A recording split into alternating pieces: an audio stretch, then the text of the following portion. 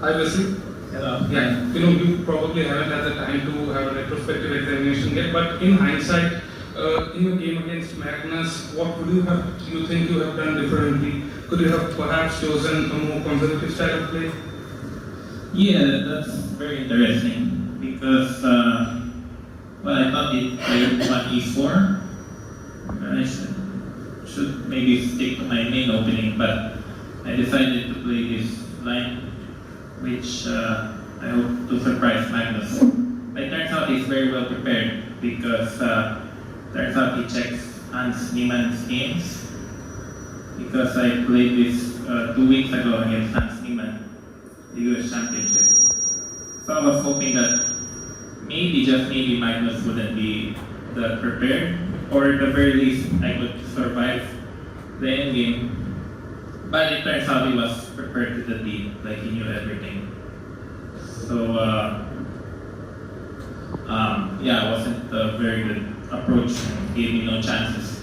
But the thing is, like, that line I sacrificed a pawn, it's pretty forced. When he played knight c3, like later on, like bishop e5, f5, knight c3, I knew g4 was very risky, but also it's the main line of my analysis. And I knew instead of g4, maybe h5 is safer, but then he could put his bishop on e4, like bishop d3, bishop e4, and it's still unpleasant. So I thought I'd just risk g4 and hoping he wouldn't know, but he knew the main line. And after g4, everything is forced, and it's just a very difficult endgame. And it's even with best play, I think it's very hard for black to survive. Because Magnus told me after the game I could play bishop c6 instead of bishop f3, and he was going to play bishop e4. But I hated my position in any case because he could play g5. And then I remember I analyzed something like this, like take e4, bishop e4, bishop e3, b1, bishop g5, bishop c6, bc, and then we get this very bad endgame where he has a knight and rook and 3 pawns, 3 healthy pawns against me bishop and 2 double pawns. And I remember the engine would hold this, but it's almost impossible against Magnus. So I think I should stop to something else. Hi, Wesley. Just wanted to know what were the thoughts going through your mind when you were waiting for that little minute or so for Magnus to come. What were you thinking just before the game? Oh, waiting for him? Yeah. What were your thoughts going through your mind? Well, I was wondering where he is. Yeah. I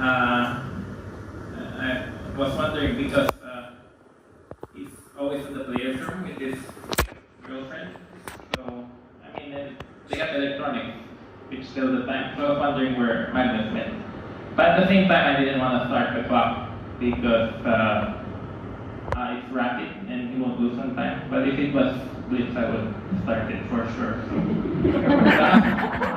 I'm waiting for him to be late on a Blitz game, and then I would start it even before the arbiter tells me to. Initially, like a couple of weeks ago, he was speaking about mental injury in chess.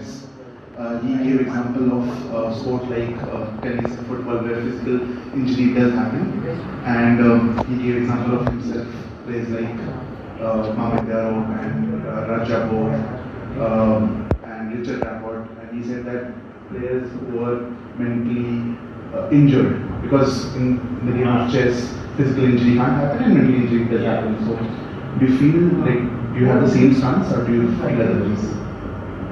No, not at all. Just I'm not as young as Gukesh. Yeah.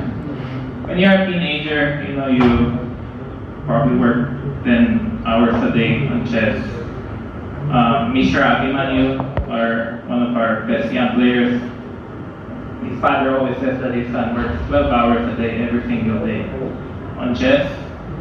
When you're on your 30s, it's hard to, put 10 hours a day on chess. I mean, you still can, but the thing with chess is if you want to be the best player in the world. Like, it's very different compared to boxing or basketball. At least on a team competition, you can always blame your teammates.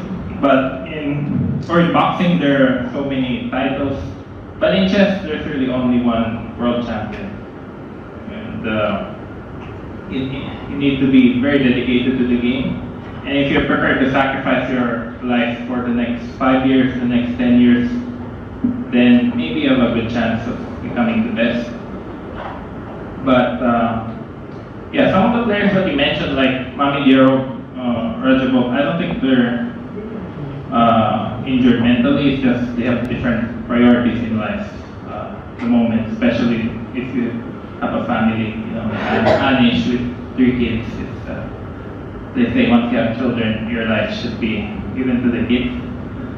But yeah, I mean, to be the best chess player requires a lot of different factors, such as good family, good support, also playing for the right country, and of course, ambition and mental strength, and the desire to keep improving, not focus on the results. And I think Gukesh has all of those things, and you could very well see. I think he's only 18 years old, right? Yeah.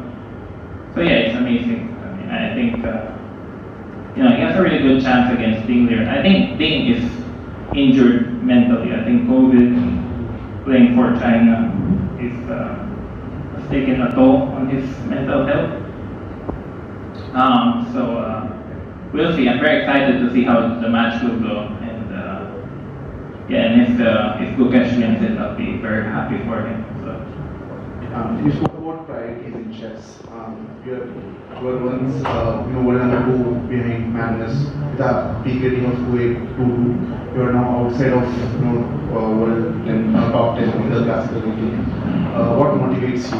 What does what does Wesley keep running?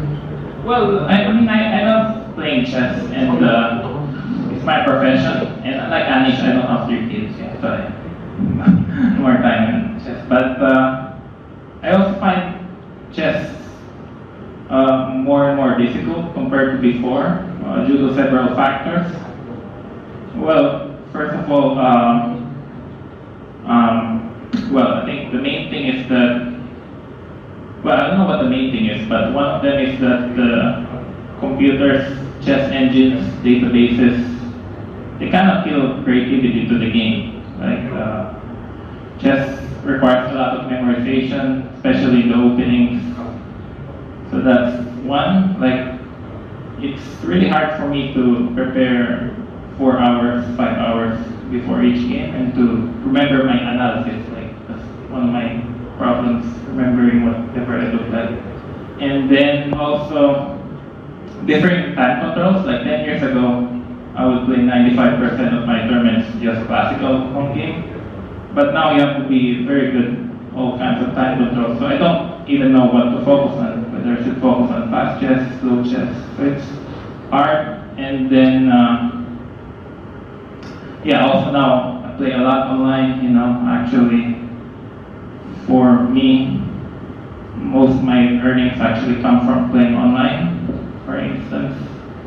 And then also where I live, I live in Minnesota, where I think I'm the only grandmaster living in that state. So it's hard for me to find a good practice training partner. And I think that's one benefit why the Indians are very strong, because they have a lot of players they work regularly with. They also have very good coaches.